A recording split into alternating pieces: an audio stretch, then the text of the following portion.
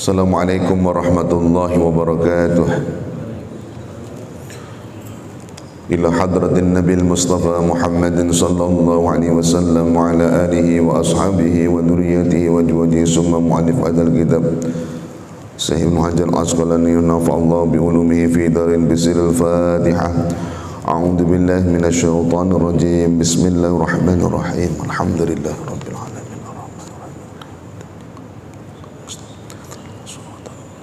Shiratal ladzina an'amta 'alaihim.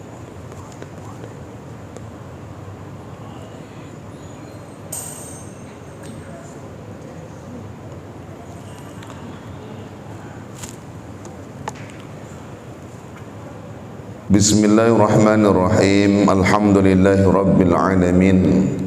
Wal 'aqibatu lil muttaqin wala 'udwana illa 'alal zalimin. Allahumma salli wa sallim ala sayyidina Muhammadin khatamin nabiyyin wa ala alihi wa sahbihi wa barik wa sallim ajma'in. Ashhadu an la ilaha illallah al-malikul haqqul mubin wa asyhadu anna Muhammadar Rasulullah shadiqul wa'dil amin. Kaum muslimin muslimat jamaah salat subuh yang dirahmati Allah, puji syukur kehadirat Allah, salawat salam kepada baginda Rasulullah Muhammad sallallahu alaihi wasallam, para keluarga, para sahabat serta para pengikutnya hingga di akhir zaman. Pada pagi yang berbahagia ini kembali kita lanjutkan kajian kitab Bulughul Maram, dan pada pagi hari ini kita akan meneruskan kajian pada bab sifatus shalah, ya. Bab tentang sifat salat, ya. Kita mulai dari hadis ke-267, ya. Bismillahirrahmanirrahim. An Abi Hurairah anna an-nabiy sallallahu alaihi wasallam qala idza qumtu ila salati idza qumta ila salati fa asbighil wudu'a summa istaqbalil qiblata fakabbir thumma qra' ma tayassara ma'aka minal qur'ani thumma rka' hatta tatma'inna raki'an thumma rfa' hatta ta'tadila qa'iman thumma isjud hatta tatma'inna sajidan thumma rfa' hatta tatma'inna jalisan thumma isjud hatta tatma'inna sajidan thumma rfa' hatta tatma'inna jalisan thumma isjud hatta tatma'inna sajidan thumma fa'al dhalika fi salatika kulliha. Akhrajahu sab'atu wal lafdhu lil Bukhari wal Ibn Majah bi isnadin Muslimin hatta tatma'inna qa'iman. An Abi Hurairah radhiyallahu an, dari sahabat Abu Hurairah radhiyallahu an, anna Nabiy sallallahu alaihi wasallam, sesungguhnya baginda Rasulullah Muhammad sallallahu alaihi wasallam bersabda, idza qumta ila sholati fa asbighil wudu'ah, apabila kalian mendirikan salat maka sempurnakanlah wudu. Dalam cetakan ini ada kesalahan harokat, ya. Di sini tertulis idza qumtu, yang tepat adalah idza qumta. Idza qumta ila sholati fa asbighil wudu'ah, apabila kalian mendirikan salat maka sempurnakanlah wudu. Summa istaqbalil qiblata, lalu kemudian menghadaplah ke arah kiblat. Fakabbir, maka kumandangkanlah takbir. Summa qra' ma tayassara ma'aka minal Qur'an, maka kemudian bacalah apa yang mudah bersamamu dari bacaan Al-Quran. Sumarka hatta tatma'inna raki'an, maka kemudian lakukanlah ruku' sehingga tumakninah di dalam ruku' itu. hatta ta'tadila qa'iman, kemudian bangkitlah dari rukuk sehingga menjadi tegak lurus dalam keadaan berdiri.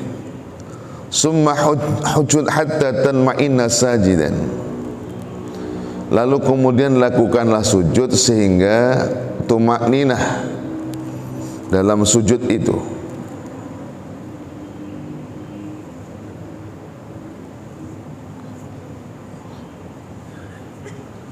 Summa rfa' hatta tatma'inna jalisan, lalu kemudian bangkitlah dari sujud sehingga tumakninah di dalam duduk itu.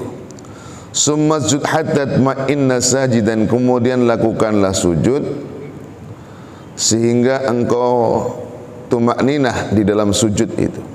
Summa rfa' hatta tatma'inna jalisan, lalu kemudian bangkitlah dari sujud sehingga engkau tumakninah dalam duduk. Summa sujud hatta tatma'inna sajidan, lalu kemudian sujudlah kalian sehingga tumakninah di dalam sujud. Summa fa'al dzalika fi sholatika kulliha, maka lakukanlah hal tersebut di dalam salat kalian secara keseluruhan.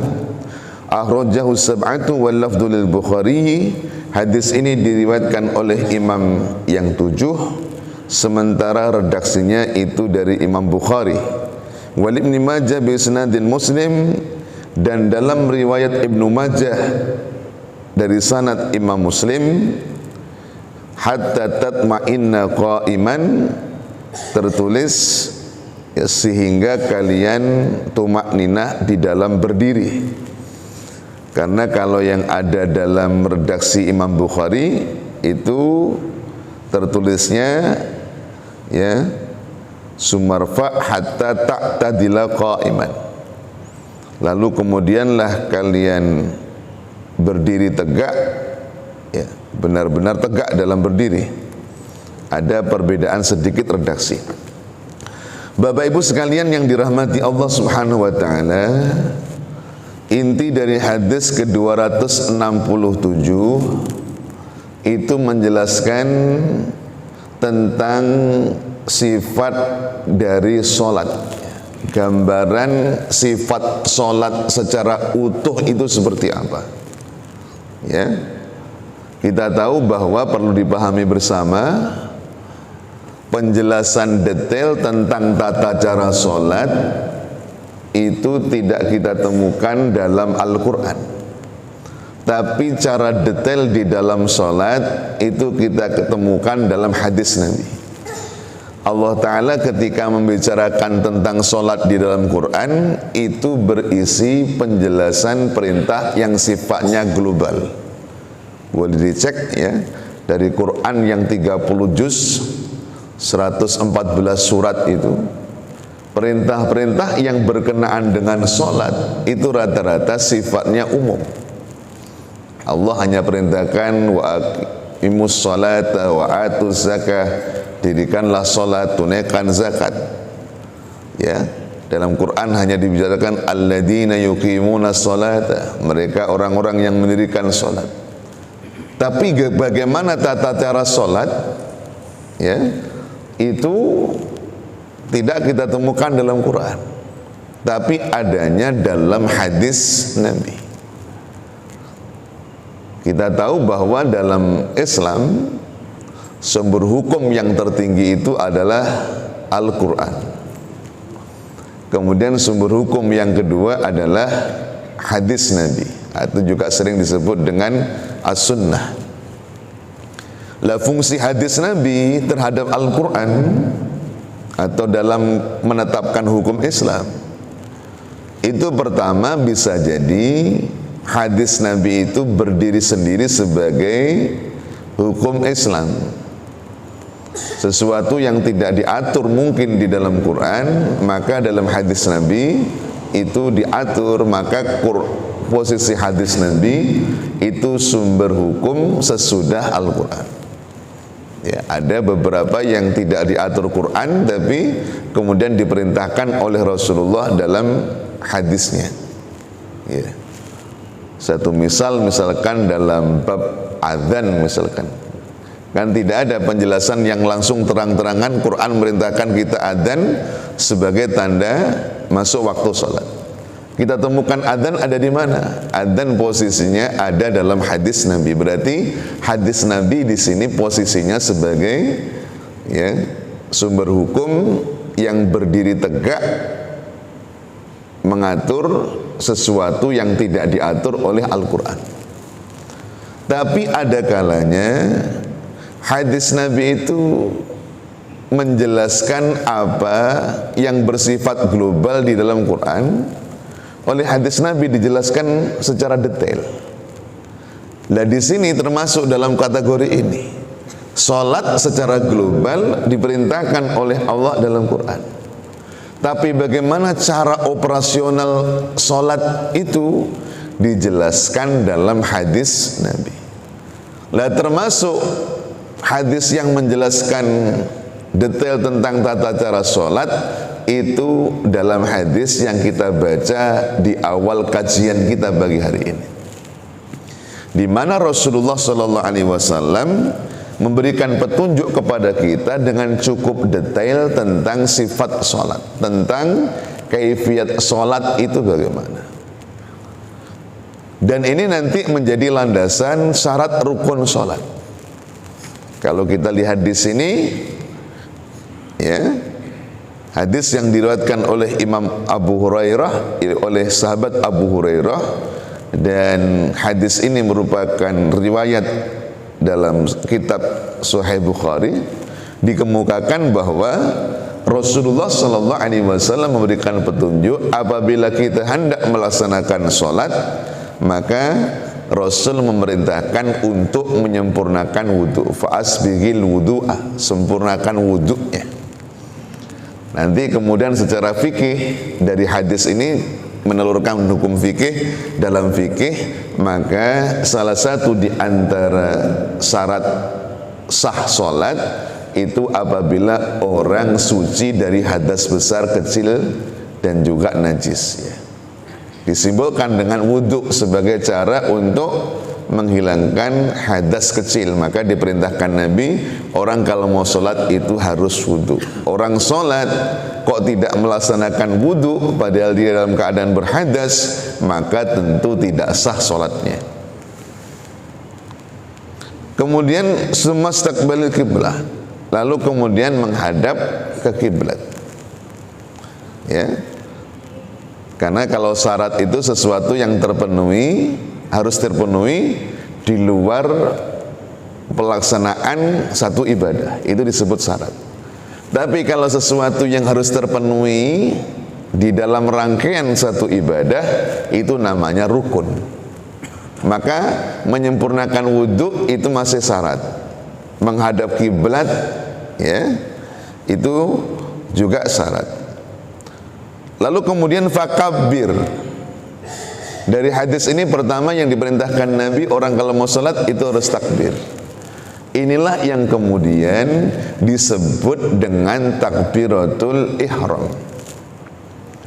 Disebut dengan takbiratul ihram. Takbir yang pertama kali kita kumandangkan itu disebut takbiratul ihram. Dan takbiratul ihram itu rukun, ya. Karena itu rukun, hukumnya wajib.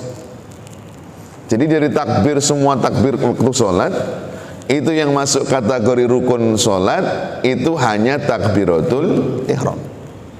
Takbir yang lain itu hukumnya sunnah, ya. Takbir yang lain itu hukumnya sunnah. Yang wajib, yang rukun hanya takbiratul ihram. Kalau takbir yang intiqal itu, ya, dari berdiri ke ruku kemudian i'tidal sujud ke duduk ke sujud dan seterusnya, Allahu Akbar, sami Allahu liman hamidah, itu semuanya sunnah. Tapi takbir yang pertama itu, ketika kita sholat itu Allahu Akbar, disitulah masuk kategori rukun. Maka siapa orang yang tidak takbiratul ihram, ia tidak sah. Dan kalimatnya sudah ditetapkan oleh Rasulullah SAW. Apa kalimatnya? Allahu Akbar. Tidak bisa diganti dengan kalimat yang lain walaupun maknanya mungkin semisal. Ya. Misalkan diganti yang hampir sama, Allahu a'zam misalkan. Allah yang paling agung, ya. Kan mirip-mirip. Tapi tidak boleh. Ya. Atau kemudian diterjemah. Ya. Diterjemah karena kita orang Indonesia, kemudian diterjemah pakai bahasa Indonesia. Allah Maha Besar. Ya, nggak boleh. Tetap harus menggunakan lughah Arabiyah, menggunakan bahasa Arab. Ini ya, atau diterjemah pakai bahasa Jawa. Allah Kang Moho Agung misalkan. Atau misalkan pakai bahasa Minang. Allah Maha apa? Gadang misalkan. Nggak boleh. Ya, harus menggunakan kalimat bahasa Arab. Ya. Kenapa ini kami sampaikan? Karena pernah terjadi ya di era tahun 2005 itu pernah ada satu komunitas Islam, saya sebut saja di Malang, Jawa Timur, itu yang punya inisiatif sholat itu kemudian diterjemah pakai bahasa Indonesia dengan maksud tujuan biar orang khusyuk.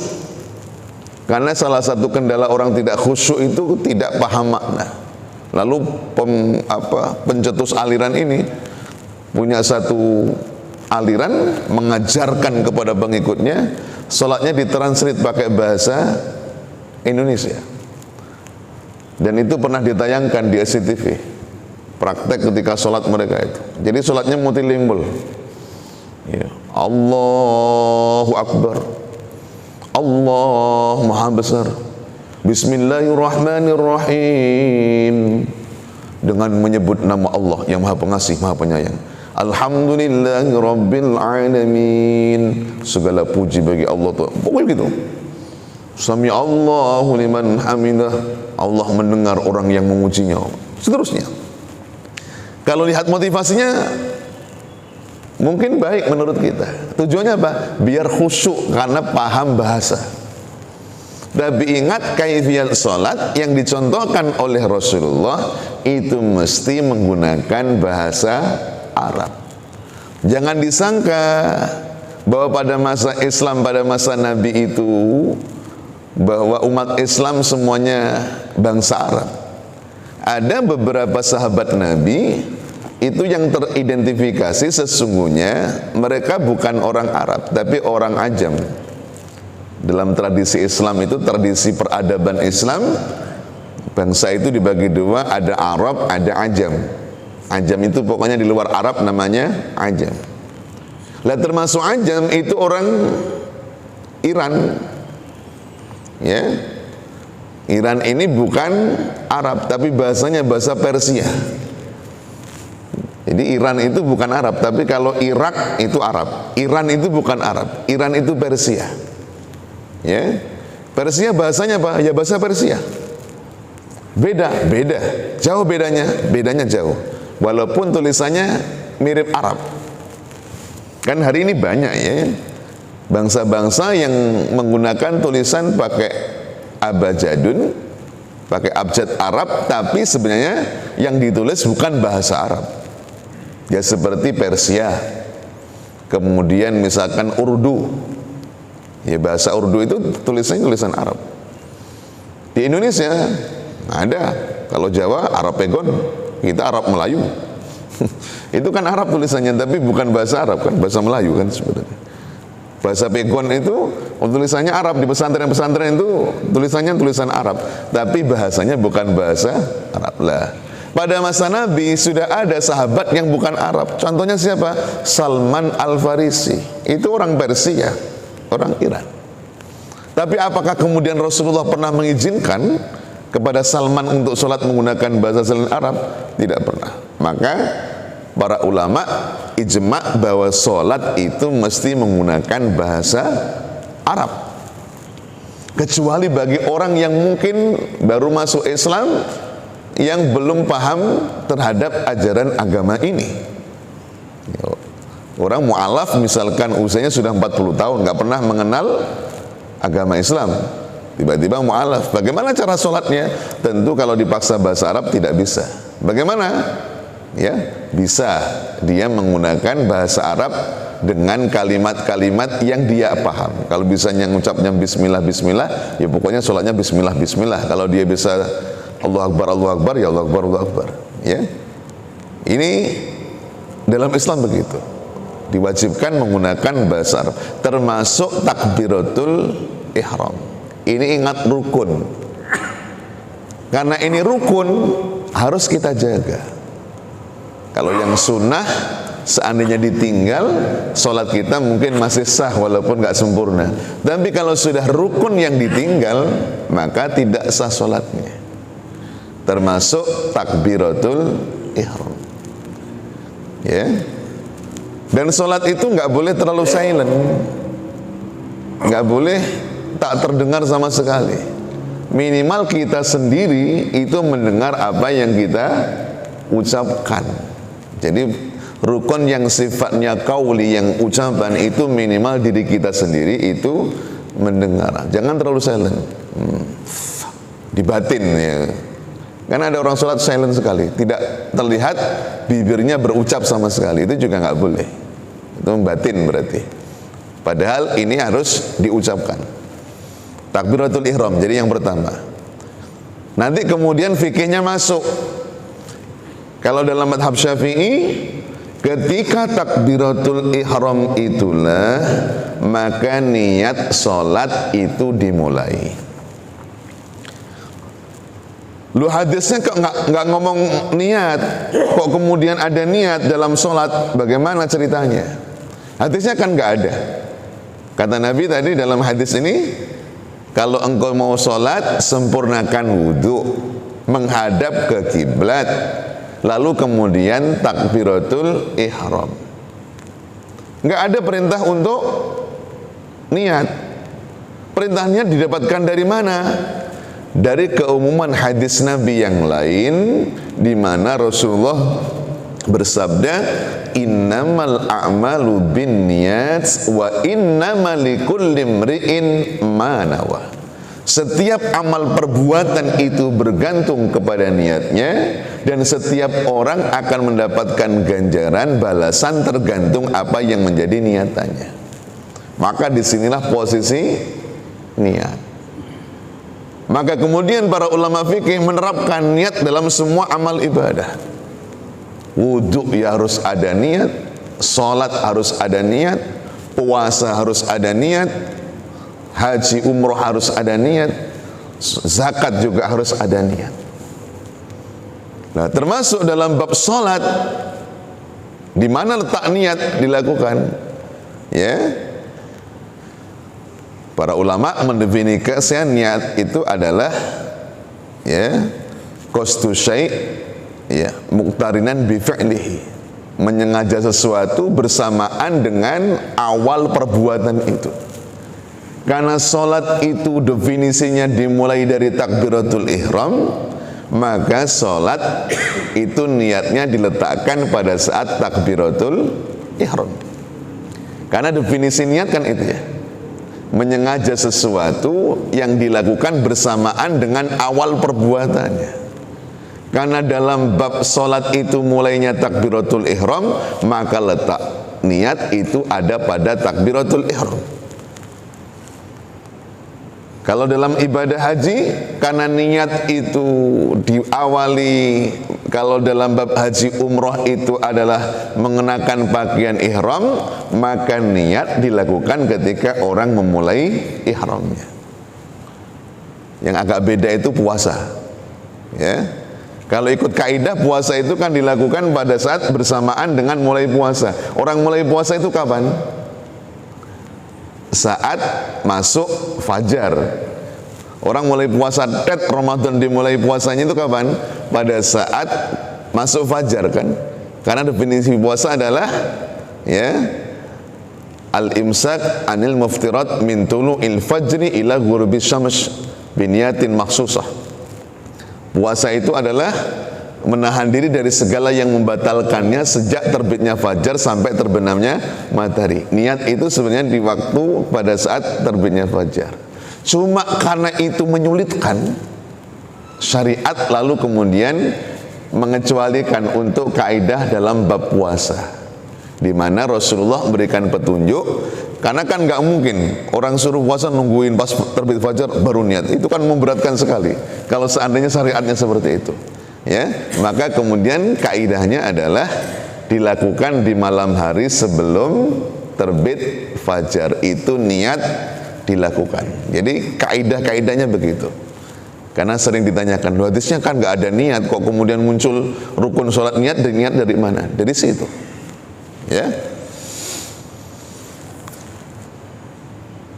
Fakabbir, takbiratul ihram. Summakra ma tayassaraka minal Qur'an. Maka bacalah olehmu sesuatu yang mudah bersamamu dari Al-Qur'an. Nah ini nanti di belakang dijelaskan oleh Nabi, yang dibaca dari Quran itu dibagi dua. Yang pertama yang hukumnya wajib, yaitu suratul Fatihah. Yang kedua bacaan Quran yang hukumnya sunnah, yaitu membaca surah, ya. Dan di sini menjadi termaktub apa? Doa iftitah kok nggak disebut? Justru karena nggak disebut itulah maka menunjukkan bahwa doa iftitah itu bukan rukun. Doa iftitah itu adalah sunnah.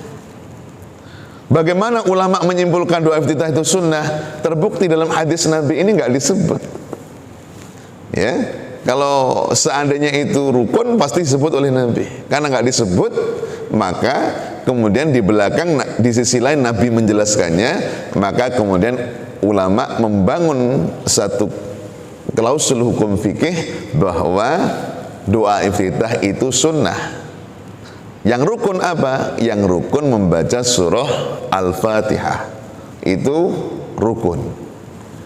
Sementara membaca surahnya itu hukumnya sunnah, ya. Ini urutan yang dijelaskan dalam hadis Nabi ini, ya.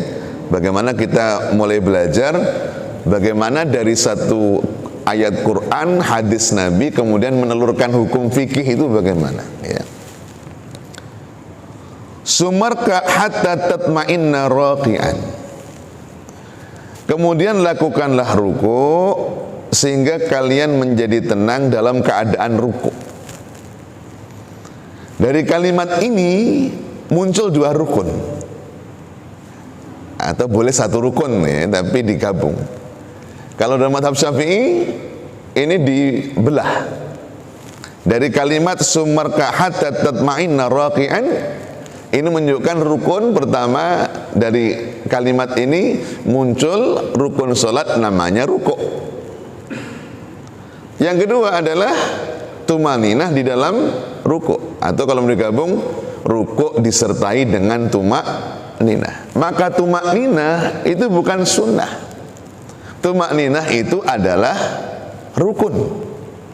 Ini yang harus dicatat, ya. Tumakninah itu bukan sunnah, tapi tumakninah itu termasuk rukun. Dari mana kita punya kesimpulan rukun? Dari hadis Nabi ini, sumarka hatta tatma'inna raqi'an. Lalu kemudian lakukanlah rukuk sehingga kalian tumakninah dalam keadaan rukuk itu, ya. Rukuk yang paling sempurna nanti di belakang ada tata cara yang dicontohkan Nabi, ya. Yang paling pas, yang paling tepat rukuk itu sebisa mungkin telapak tangan kita beserta jemari ini diletakkan di lutut, tidak di atas lutut atau di bawah lutut, tapi persis di lutut. Kemudian kita hentakkan punggung badan kita, dan yang paling sempurna rukuk itu ya 90 derajat. Itu pol paling sempurna. Cuma rata-rata kalau sudah agak 50 tahun ke atas yang begini agak berat itu, ya. Sudah belok-belok gitu, ya.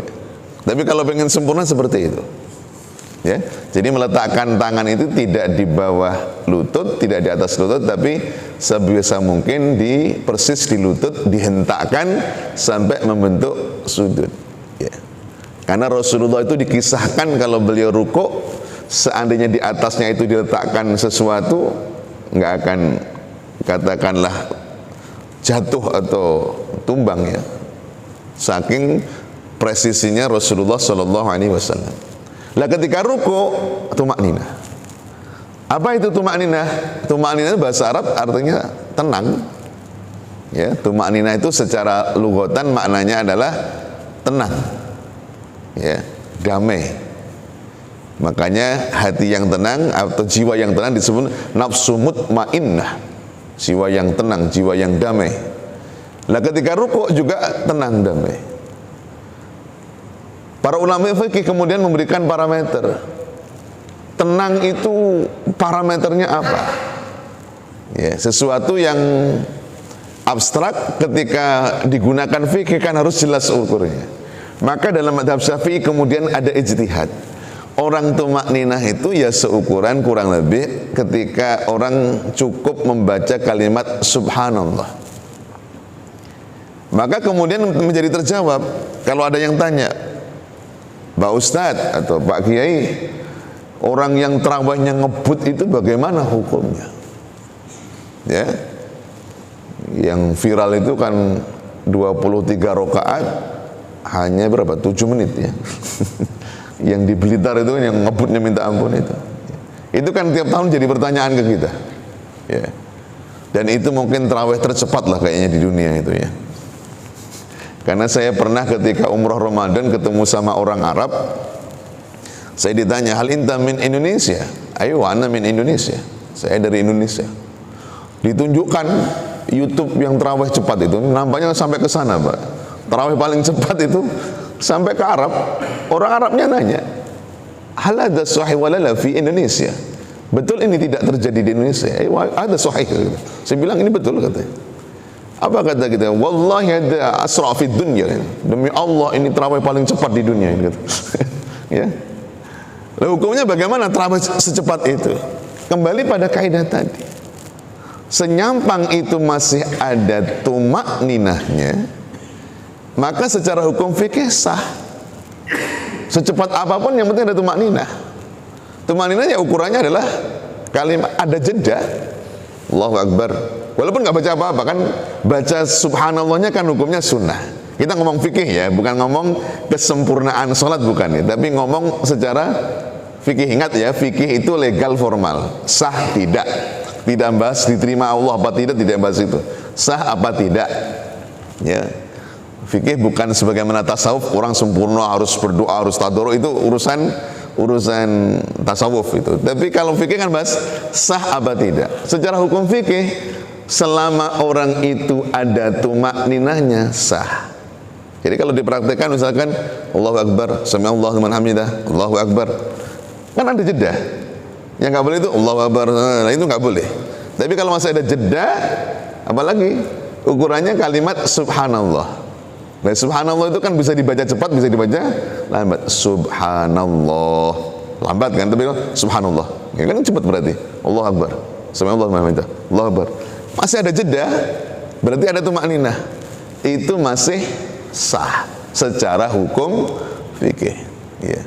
Cuma tentang yang di Blitar ya itu debatable ya, karena saya tengok jedanya itu terlalu sebentar gitu. Ya ini pengkajian masalah ya sholat yang cepat itu. Ya termasuk di Batam yang terawihnya 20 kan ada juga beberapa masjid yang dilaporkan kepada kami, karena saya masih ketua asosiasi imam ya. Tiap tahun itu baik imamnya ataupun jamaah nanya ke saya, gimana Pak itu sholat tarawih ngebut itu? Sekali lagi kalau kaidah fikih yang penting masih ada tumakninah itu sah. Soal itu sempurna, afdol atau tidak, itu kita bahas, itu persoalan nomor 2. Yang ideal itu persoalan nomor 2. Tapi kalau bicara legalitas sah tidaknya, senyampang ada tumakninah, walaupun ketika ya ruku, sujud, iktidal nggak baca doa apapun, hukum fikih kita mengatakan sah, karena baca doa-doa itu hukumnya sunnah. Yang wajib adalah tumakninahnya, ya. Sumar fahatta ta'tadila qa'iman, kemudian berdiri, bangkit dari rukuk sehingga dia tegak berdiri. Maka tegak berdirilah itu kemudian lebih populer disebut i'tidal. Karena sebenarnya i'tidal itu hakikatnya kan hanya berdiri juga. Cuma biar mudah, berdiri yang khusus selepas rukuk itu disebut kemudian i'tidal. Maknanya tegak lurus. Juga sama, i'tidal itu juga harus tumakninah. Ya, i'tidal harus tumakninah. Summasjud hatta tatma'inna sajidan. Kemudian lakukanlah sujud sehingga dia tumakninah di dalam sujud. Ini sujud yang pertama. Juga sama. Nanti di belakang ada penjelasan tentang sempurnanya orang yang sujud itu seperti apa. Ingat ya, kalau melihat petunjuk Rasulullah Shallallahu Alaihi Wasallam, dan ini menjadi hampir kesepakatan semua ulama, sujud itu anggotanya ada 7. Sab'ata a'dha fi sujud. Ada 7 anggota yang harus menyentuh di tempat sholat kita ketika sujud. Apa saja itu 7 anggota tubuh kita yang harus menyentuh ketika sujud? Pertama adalah kening, jabhah, ya, kening, dahi, ya, bendanya ini ya. Orang Jawa bilang apa? Batuk, ya. Kalau orang Minang bilang kaniang, ya. Pokoknya bendanya ini. Makanya nggak boleh yang pakai baji terlalu begini itu nggak boleh. Nanti yang sujud bajunya bukan keningnya. Maka ketika khusus sujud, kalau ya, dalam keadaan di luar sholat agak kesini begini pun nggak ada masalah ya. Tapi ketika sujud agak dibuka ketika kita mau sholat. Untuk apa? Memastikan kening kita itu mengenai tempat sujud. Itu satu. Yang kedua adalah ya, yadain, kedua tangan kita, kedua telapak tangan kita. Ketika sujud juga harus menyentuh ke tempat sholat. Jangan kemana-mana tangan ini. Yang kedua adalah kedua lutut, rukbatain, kedua lutut kita. Ketika sujud harus juga menempel ke tempat sujud. Lah yang agak sering terlupakan tuh yang kedua yang terakhir apa? Qodamain, kedua telapak kaki kita. Tidak sedikit orang begitu sujud, jidat atau dahi menyentuh ke tempat sujud, tapi dua kakinya malah take off ke atas. Kakinya malah diangkat ke atas. Ini mohon maaf, ini salah ya. Saya katakan salah kalau ikut kaidah yang dicontohkan oleh Rasulullah Shallallahu Alaihi Wasallam. Masih kami ketemukan sujud, begitu dahinya nyentuh tempat sujud, kakinya malah diangkat ke atas ya. Macam orang take off gitu aja.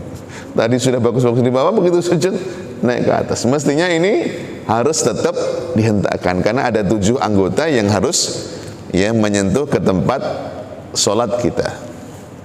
Lah sujud juga dilakukan dalam keadaan ya tumakninah. Bahkan para ulama di antara sempurnanya sujud itu mohon maaf, pinggul kita ya harus lebih tinggi dibandingkan kepala kita. Itu tata cara sujud yang dicontohkan oleh Rasulullah Sallallahu Alaihi Wasallam yang dijelaskan oleh beliau. Ya, sujud yang pertama. Kemudian setelah itu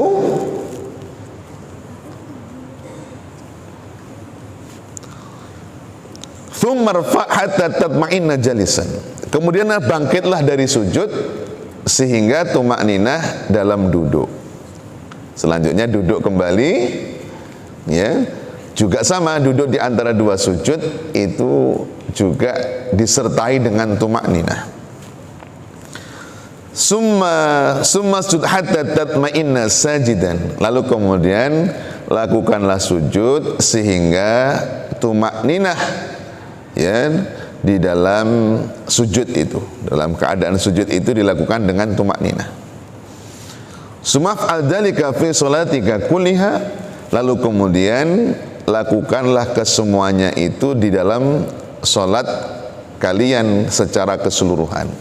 Artinya dari awal sampai sujud yang kedua ini gambaran satu rakaat.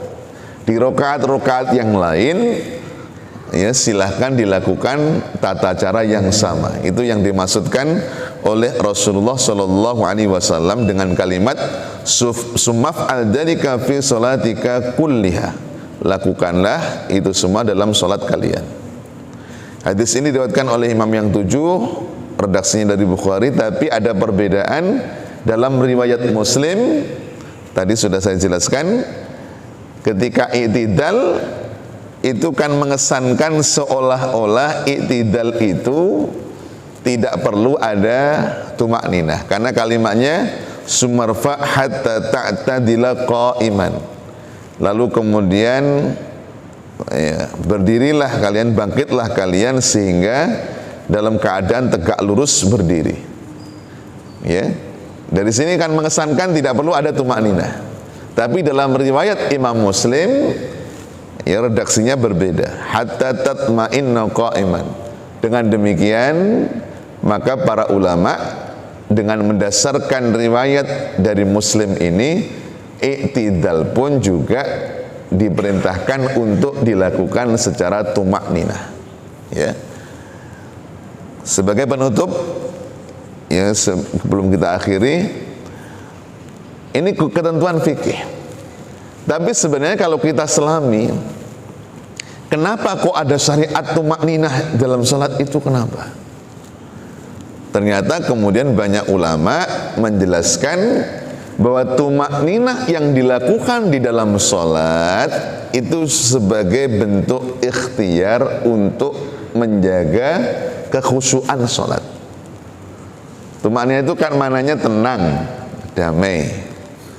Tenang itu identik dengan orang yang fokus, pikirannya tidak kemana-mana. Maka maknanya filosofi tumakninah ini kalau dikaitkan dengan persoalan bagaimana cara mendapatkan kekhusyuan salat, jangan hanya dipahami, oh saya sudah tumakninah dalam salat, tapi kok nggak khusyuk, ya kenapa? Berarti ini memaknai tumakninah hanya secara fikih. Secara fikih memang kayak tadi, hanya jeda subhanallah kurang lebih. Tapi secara dalam kajian akhlak tasawuf, ya, tumakninah itu bagian cara kita biar khusyuk. Maknanya ketika sujud jangan tegak berdiri rukuk sebelum hati kita kembali khusyuk kepada Allah. Untuk kontrol, nanti begitu i'tidal jangan pindah sujud dulu kalau hatinya masih kemana-mana. Harus tumakninah dulu, konsentrasi dulu menghadap Allah. Ya, karena kadang-kadang setan itu menggoda di setiap tahapan-tahapan sholat. Ada orang mungkin ketika takbiratul ihram khusyuk, baca Fatihah khusyuk, baca surah khusyuk, begitu rukuk setan mengganggu, bisa jadi pikiran kemana-mana. Tapi dengan ta'iri tumakninah, ketika pikiran kemana-mana sadar, maka satukan, khusyukkan lagi kepada Allah, baru kita i'tidal. I'tidal jangan sujud dulu. Ya, kalau pikiran kita masih kemana-mana, itu kiat-kiat bagi kita yang memulai bagaimana untuk menjadi khusyuk di dalam sholat. Jadi ada faidah, ada hikmah di balik syariat tumakninah itu. Harapannya hati kita bukan sekedar ada jeda, tapi hati kita menjadi damai, menjadi tenang, konsentrasi kepada Allah Subhanahu wa taala. Inilah Bapak Ibu sekalian, satu hadis, tapi memang agak panjang hadisnya, yang menjadi landasan kita di dalam kaifiat atau sifat salat di dalam Islam, ya. Demikian, mudah-mudahan manfaat. Terima kasih atas segala perhatian, mohon maaf atas segala kekhilafan. Kalau ada pertanyaan nanti ya waktu kita duduk-duduk aja ya. Karena sudah masuk isyraq ya. Demikian wallahu alam bisawab wa afu minkum. Assalamualaikum warahmatullahi wabarakatuh.